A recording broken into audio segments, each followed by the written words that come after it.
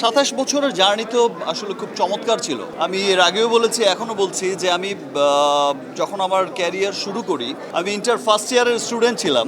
3 মাসের জন্য এসেছিলাম, 27 বছর কখন হলো টেরও পাইনি। কাজের মধ্যে দিয়ে এমনভাবে সময়গুলো পার হয়ে গেছে, জার্নিটা আসলে অনেক ভালো ছিল।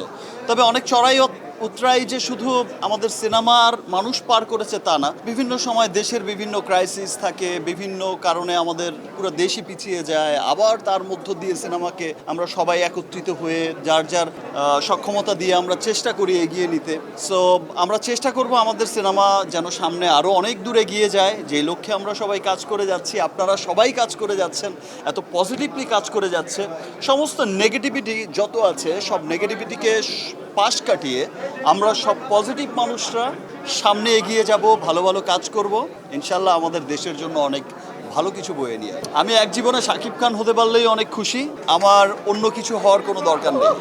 রুশো রুশো রুশোর কথা তো আমি আর কি বলবো, অডিয়েন্সই সবাই বলছে যে এত স্মার্ট প্রেজেন্টেশন। আর রুশো অলরেডি ওই টিজার যখন রিলিজ হয়েছে তখন থেকেই উড়ছে, হাওয়ায় উড়ছে, আমাকে উড়িয়ে দাও, সে উড়েই যাচ্ছে।